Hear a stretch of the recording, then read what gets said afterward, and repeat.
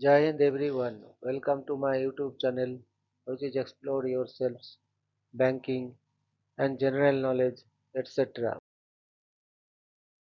Memoir of my banking journey by Mr. V.H. Ramakrishnan, retired General Manager of Bank of India.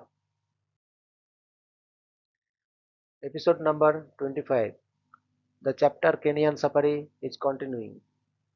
The link of earlier episodes is available in description. Visit of the chairman, Mr. Bhogul. A few months after Mr. Shroff took over, Mr. Bhogul visited us. That was my first experience of receiving a chairman in a foreign land. We had all heard a lot about Mr. Bhogul and the reforms he was introducing in Bank of India. Mr. Bhogul was on his way to Nigeria and stopped over at Nairobi. We were all wondering how he could become a chairman at such a young age. We took Mr. Bhogul to a nearby national park called Amboseli. Mr. Shroff asked me to join them for this safari. We could spot a few elephants. Ambosli is famous for its elephant population. We did not stay overnight and returned the same evening. While traveling, I had an opportunity to listen to Mr. Bhugul.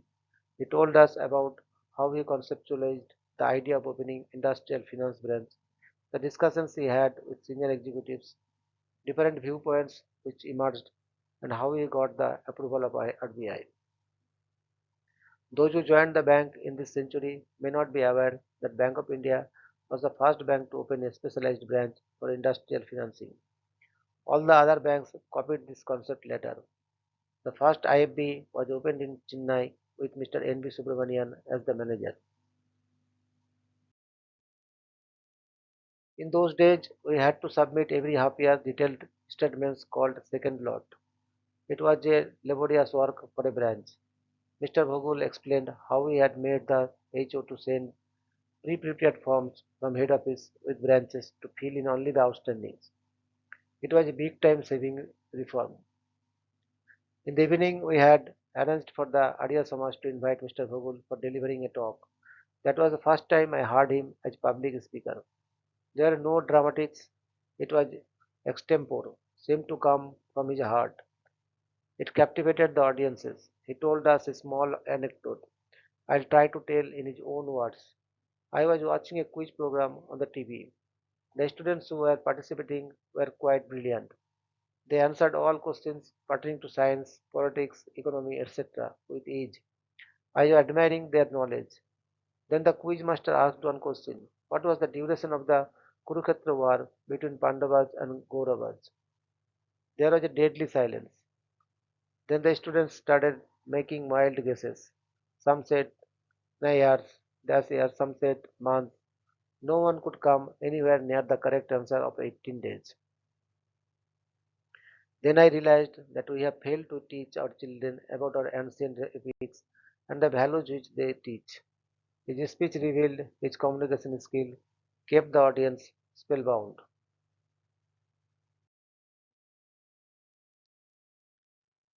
Another interesting incident, Mr. Shroff was to come with Mr. Bhogul to the bank after lunch, but he came alone. I went and asked him about the chairman. He just said the CMD would be coming a little late. There was a mischievous smile on his face. Later on, Mr. Shroff told me that Mr. Bhogul had been to a special screening of the movie The Rise and Fall of Idi Amin. Now, a little background. Sarath Patel was one of our customers. He was a film producer. He produced the box office hit The Rise and Fall of Idi Amin. The shootings took place in Nairobi. There is a scene in the movie where Idi Amin visits the Central Bank of Uganda cash vault and orders the release of the cash. This scene was shot in our bank premises. Our staff played the role of bank staff in the shooting. The staff insisted on an extra payment for acting in the movie. Sarath Patel met Mr. Bhogul. They later told him that he had not seen the movie. Immediately, Patel arranged for the movie to be exclusively screened in a local theatre for Mr. Bhogul. Later on, I came to know that Mr. Bhogul was a movie buff. Airport drama. The story about Mr. Bhogul's visit will not be complete if I do not mention about the airport drama. On the day of Mr. Bhogul's departure, all the expertites went to the airport to see him off. His flight to Lagos was in the evening. Mr. Bhogul checked out from the new Stanley Hotel in the afternoon and handed over his suitcase to the reception for safe custody. He and Mr. Srup then went to meet someone and were to come to the airport directly. The luggage was to be collected by one of the officers and was to be brought to the airport. Mr. Bogul and Mr. Srup reached the airport. We received them and were chatting with them, awaiting the officer to come with his luggage. Mr. Srup received a call at the airport Air India counter from the officer who was to take care of the luggage. He informed that the suitcase could not be located at the hotel. There was about 70 minutes for the flight to take off. Mr. Srup said he would go and the hotel and check. Mr. Bogul said he would also accompany so that he could identify the suitcase. It would take about 40 minutes to reach the hotel and another 40 minutes to get back.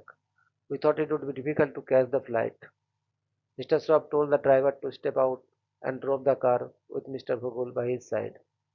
He went at such a speed that it took just 20 minutes to reach the hotel, located the suitcase in 5 minutes, and took another 20 minutes to reach the airport.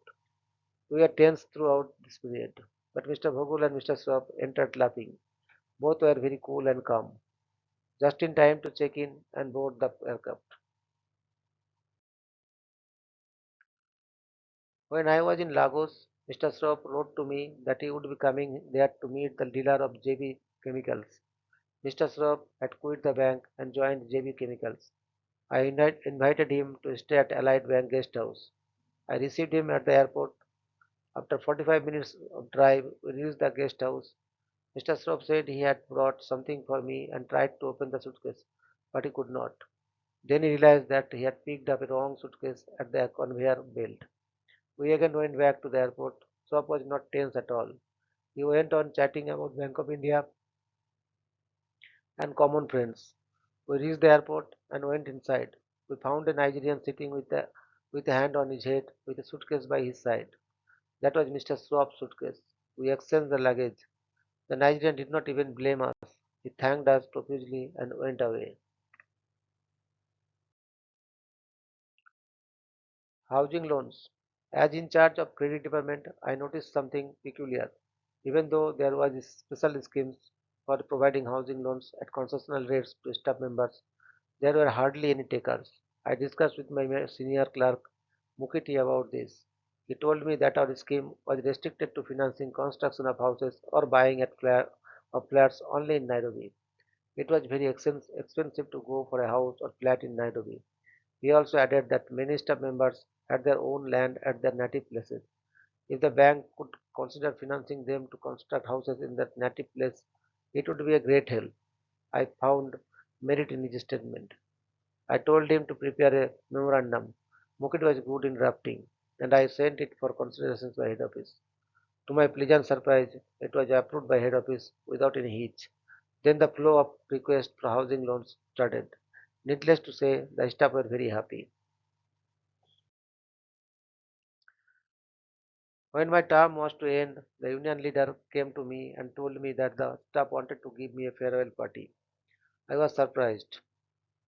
The staff had never given a farewell party for any expatriate, including the chief executive.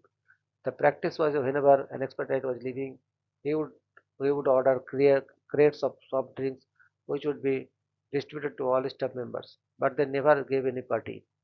The union leader told me, quote, our staff members feel that they own houses only because of you.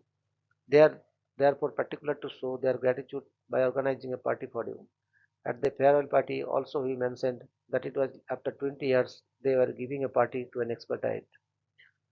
The last party was given for Mr. S.L. Joy when he was transferred. I have mentioned about Joy earlier. I was very much touched by the love and affection shown by the staff. I am writing this not to boost up my popularity. It is only to draw a lesson. When posted abroad, many of us behave like transit passengers. Beyond our routine work, we should try to do something for the local staff. Let me clarify. My history is not coming to an end. I wrote about the farewell party since it was connected to the housing loan. tail piece. It was generally believed that the Gujarati retailers had three pieces for the same item. The cheapest was for fellow Gujaratis, slightly higher price for other Indians, highest price was for the local people. Normally, a Kenyan will not bargain at the shop. He would ask only one question: can I pay the money in installments? So the traders would jack up the price and allow him to pay in installments. Kenyan retailer had a problem. He used to think that the cash collected was the profit. Within no time, he would be out of business. Mombasa. Our second branch was in Mombasa, which was on the coast and was a port catering to the East African countries. It was also an old branch.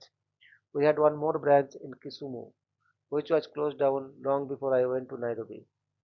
During 79 to 81, Mr. Gopinath Bhatt was the manager of that branch. A very pleasant person, excellent in public relations. After his Mombasa tenure, Mr. Bhatt was heading the loans department of the Bombay office. Thereafter, he resigned and returned to Kenya and took up the job of a chief executive of a private bank. I had mentioned about the jinxed report of Zambia. Now, head office asked Mr. Bhatt to go to Zambia and submit a press report. I was deputed to Mombasa to take charge of the branch for about 2 to 3 weeks. I landed in Mombasa. I was put up at Manur hotels. It was only a walking distance from the branch.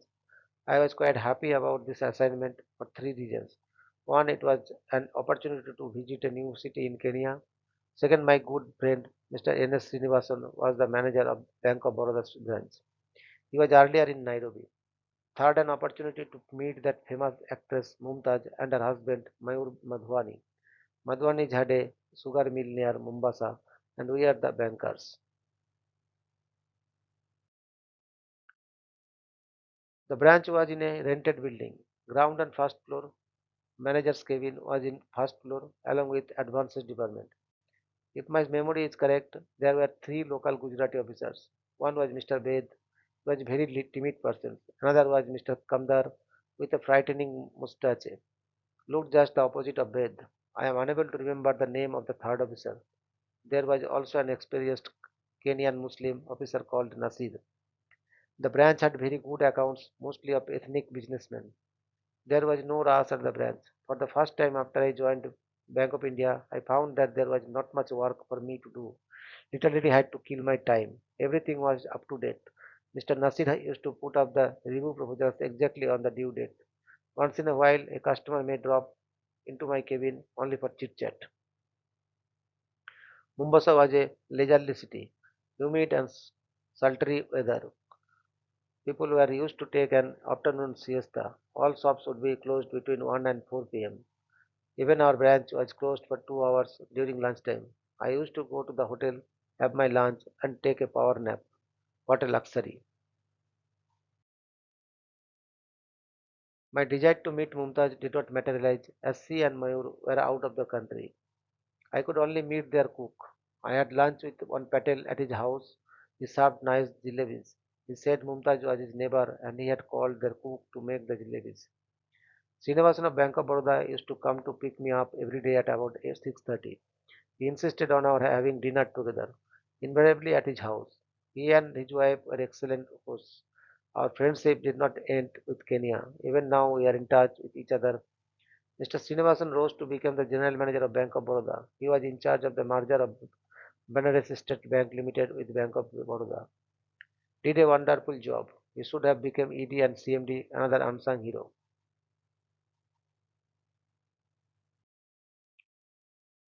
Khatwaj had a textile mill near Mombasa. One Mr. Sisan was their general manager. As they were dealing with us, he invited me to see the factory. I went to the unit and he took me home for lunch. I found him as a very religious person. He was sporting even a small top. Little did I know that we are going to cross each other in the future. In 1989, when I returned from Lagos and was posted in Mumbai, I went to Matunga Sankara Mart for a function. There I met Mr. Sisan in his traditional dress. We were happy to meet again, and I came to know that he was the president of the Sankara Mart at Matunga. After another year, I learned that my cousin had married Sisan's niece in 1987. The coincidences did not end there. After my retirement, I had settled down in Bangalore. I had bought a flat in a complex called White House. One day I suddenly bumped into him. He told me that his daughter was also living in White House. I had seen her as a little girl in Mombasa. Life was thus full of surprises. Mr. Ved invited me to his house for a dinner. His wife was an expert in making ice creams. She gave me a file which contained recipes for making exotic types of ice creams. I was amazed at the talent of our ladies.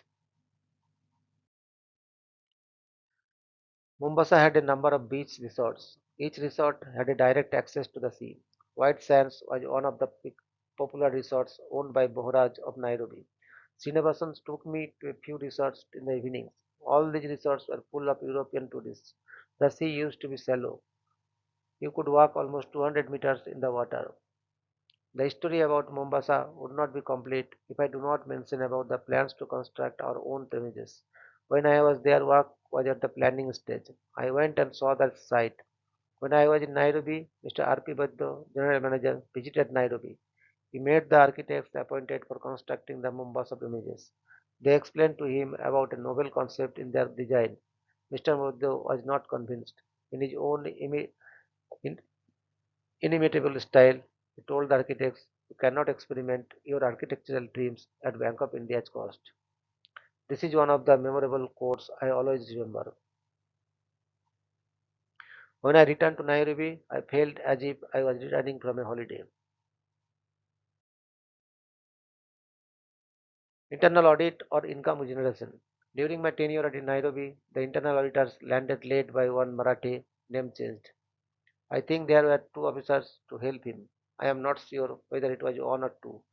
Mr. Marathi had just then returned from a deputation to CBI, so we had to listen to his exploits in the CBI and the way in which he cracked cases.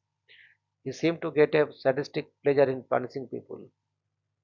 They took accommodations at a cheap hotel. That was understandable since one would like to save as much as possible in such foreign assignments. The audit went on at a very low pace. Can you believe it? They took a full 3 months to complete the audit at both Nairobi and Mombasa branches. In between, Marathe tried to find, like a CBI man, whether anything wrong was going on. He started talking to customers without our knowledge. Of all people, he spoke to Mr. S.V. Raman. The latter wrote down all the questions asked by Marathe and the replies given. He showed it to me and said he was willing to confirm this openly. Marathe and his men left after 3 months. We roughly calculated and found out that the money saved by each officer was equivalent to 2 years' remittances of an officer working at Nairobi. I understood later that Marathe was pulled up by head office for taking so much time. Thereafter, the HO started prescribing the number of days which an audit team can take at a foreign center. This is an example of how, when a facility is misused, it results in restriction for everybody. On the treetop, treetop was a famous jungle resort. It was built on top of a tree. It became world famous. Prince Elizabeth stayed there one night. Next day morning, she woke up as the queen because her father, King George VI, died the previous night in London. Messrs. Majumdar, Maniar, and I visited the lodge similar to treetop with our families. It was on an elevated structure. We reached in the evening. We had booked for an overnight stay. The rooms looked like railway compartments. No attached bathrooms. There was an alarm in each room. From the balcony at the back of the lodge, you could see the jungle. There was a big water tub on the grounds where water mixed with salt would be kept in the night. The wild animals would come to drink the water. Whenever an animal came, the alarm would be activated and you would be woken up. Immediately, you should run to the balcony to see the animals. There were powerful lights focusing on the jungle. This was a new experience. Adjoining the balcony, there was an anteroom where hot coffee, tea, biscuits are kept throughout the night. We had a sumptuous dinner and retired to our rooms. Around 11 p.m., there was an alarm. We all rushed to the viewpoint and saw one wild buffalo drinking the water. We were a bit disappointed, but the foreigners from Europe were highly excited and went on clicking their cameras and videos. I took a cup of coffee and sat for a while in the cozy chair. Back to the back to the room. Another half an hour, alarm again. Rust. This time it was a hyena making funny noises and drinking water. Next alarm came after an hour. A group of 5 elephants with a couple of calves were there. There was worth it. The calves were playing around. This type of waking up went on till 4 a.m. Practically no sleep with all that coffee consumption. We saw some more animals but did not see lions or cheetah. Overall, it was a different experience. Tell peace. On the first day of my arrival in Mombasa, Mr. Kamdar asked me as to whether he should arrange for any hot drinks for me in the hotel. I told him that I was a teetotaler. Kamdar replied, "No problem. I will arrange for excellent tea for you." I did not have the heart to embarrass him by correcting him.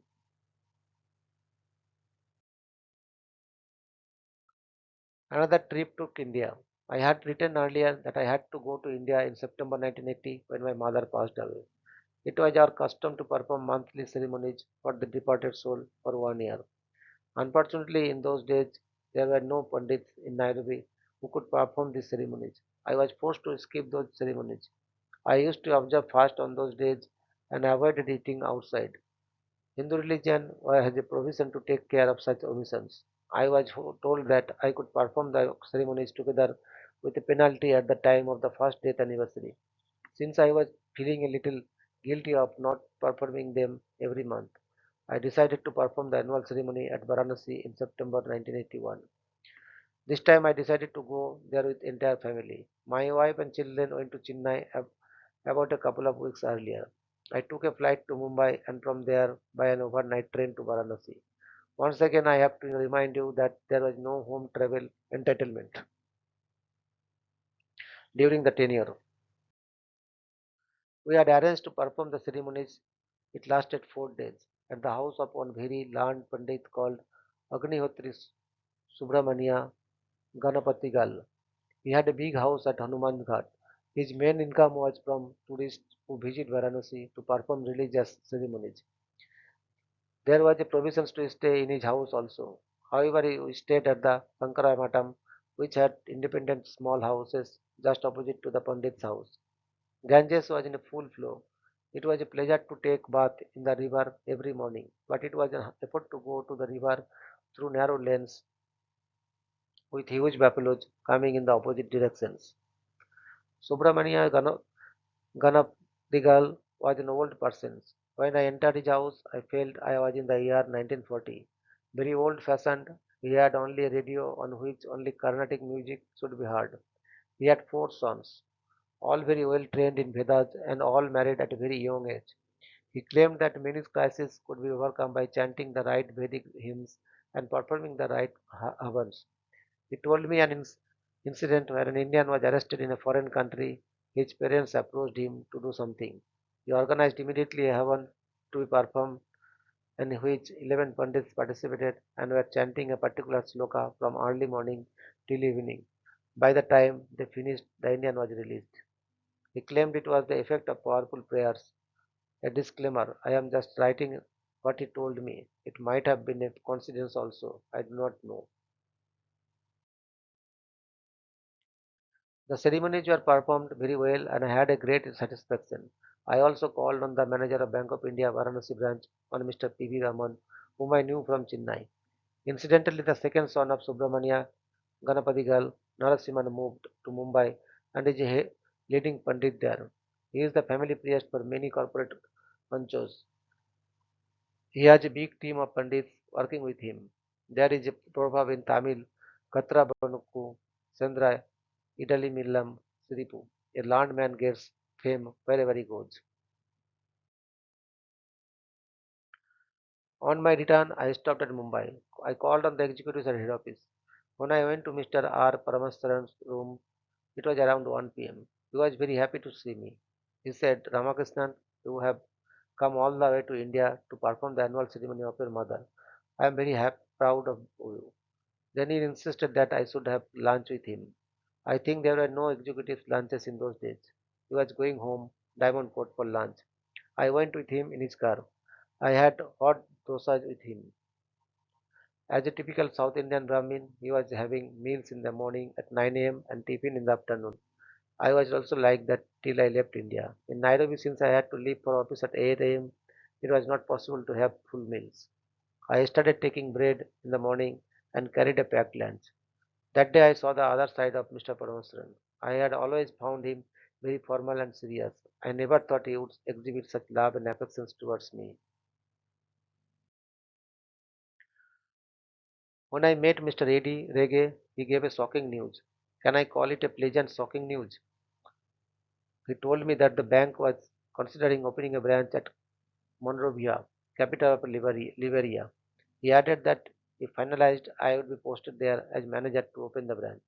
On one hand, I was happy that I was being considered for a higher assignment. On the other hand, I thought when I had settled down in Nairobi, another dislocations would pose a lot of problems.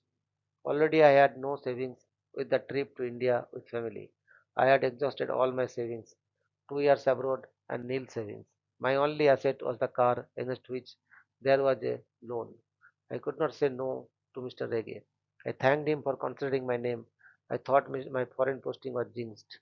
I felt I would be returning to India without any savings, as I had no idea whether I would be able to save anything in Monrovia. I looked up about Liberia in a library, no Google those days, and found that it was founded and colonized by USA.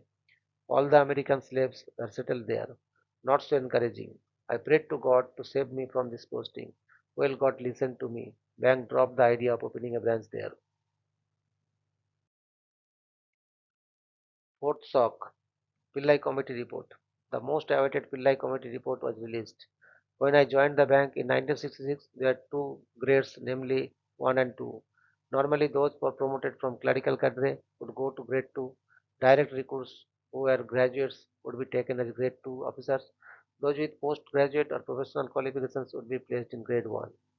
The starting basic salary for grade 2 officer was 250 and for a grade 1 officer is 450. I was taken in grade 1 since there was a since I was a chartered accountant. There was also a peculiar rule. Grade 1 officers was always considered senior to grade 1. For instance, a grade 1 officers drawing a basic pay of say rupees 500 was considered senior to grade 2 officers drawing a basic pay of rupees 600. There are also promotions from grade 2 to grade 1. Grade 1 officers were considered as the future leaders. Sometimes during 70s on a representations by officers association, both grades were merged. Thereafter, the skills were known as DC, BA, and AA special and executive skills. It was a sort of running grade. Moving from one grade to another, say from D to C, was a promotion. No automatic movement. Seniority was decided purely by basic salary. Pillai committee was formed by the government to ensure that all PSPs have the same salary and promotion opportunities. This committee suggested the system of scale 1 to 7, which is continuing today. It also prescribed minimum services in each scale. 7 years in scale 1, 5 years in scale 2, 5 years in scale 3, and so on and so forth. Now the transition from present grades D to A to Pillai committee was done by our bank purely on the basis of number of years of service and not an existing seniority. Thus, to give an example, Mr. Benegal, who joined as a grade 2 officer, had completed 17 years of service and was eligible for promotion to Skill 4. He was always junior to me. However, in spite of his higher basic pay, I had completed only 14 years of physical service, so I was not eligible for promotion to Skill 4. I represented to the president of the association, Mr. Kathrani, and reminded him there was no response. When Mr. Bhagul visited Nairobi, I pleaded my case with him. He gave a shocking reply. Your association is not agreeable. What can I do? I never expected such a response from him. Most ridiculous thing happened later. When Mr. Benegal was called for the interview in 1982, I was working as the manager of Nairobi branch, not CE. I got a call from head office personal development that I should send the APR of Benegal with my comments on his performance as I was the reporting authority for him. I asked HO, what about me? They said I was not eligible for promotions to Skill 4. Even if I have to assess the performance of an officer appearing for Skill 4 interview. I am quoting the case of Benegal as an example. He was very good officer. I recommended him strongly. He also got promoted to Skill 4 and posted to India. He later resigned. It was not my case alone. Most of the grade 1 officers who joined the bank in 1966 to 68 were affected. Quite a few quit the bank. We lost a few brilliant officers. Bank of Baroda adopted a sensible formula. They protected the seniority and took it as deemed service. Neither our association nor the management cared to look into our grievances. I was depressed. I would not have minded if I had appeared for the interview and or not selected. But to ignore my seniority and sticking to mere number of years of service was something difficult to digest. My wife told me that there was no need to feel depressed. She said, "You are in a foreign country, which opportunity many of your colleagues do not get. Second, you are not working under anyone who was junior to you. So why should worry?" I saw the force in her argument. I calmed myself. Later on, when the selection for Skill 4 took place between 1982 and 84, 27 officers who were junior to me got promoted. I decided that I would try to overtake every one of them. Ultimately, when 1986 I was promoted to DGM, I had overtaken all of them all. Tailpiece. Kesu Patel, name changed, was one of our good customers. One day he came and met me. He was quite irritated over something. I had never seen him like that. I asked Trivedi, our local officer, why Kesu Bhai was very irritated. He laughed and said, "Today he is sober. He normally starts drinking right from morning and is in a good mood. If he is not drunk, he is in a bad mood." The chapter Kenyan Safari will continue. Thank you very much for your patience. Request to like, subscribe, and share.